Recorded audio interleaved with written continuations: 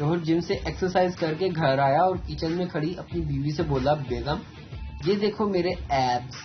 پیاز کاٹتی بیگم شوہر کی طرف دیکھے بغیر بولی، مجھے تو شروع دن سے ہی تمہارے اندر ایب ہی ایب نظر آ رہے ہیں، شکر ہے آج تمہیں بھی اپنے ایب نظر آ گئے۔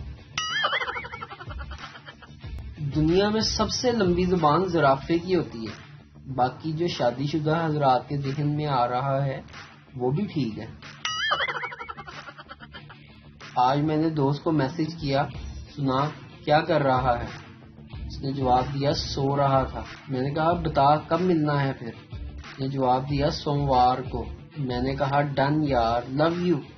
اس نے بولا لو یو سو مچ۔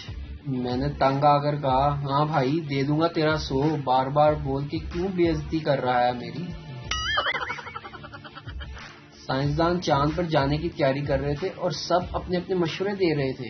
پاکستانی سائنسدان لاہور کی طرف سے جانا، داتا صاحب کو سلام کر کے جائیں گے۔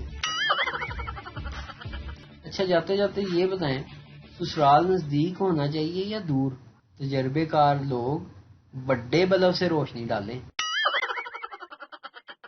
بیوی اپنے شوہر سے، دیکھو میں 50 سال کی ہو گئی ہوں لیکن تمہارا ایک دوست ابھی بھی میری تعریف کرتا ہے۔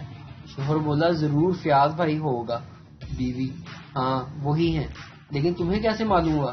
شوہر کیونکہ بیگم وہ ایک کباڑیا ہے۔ ویڈیو دیکھنے کا شکریہ۔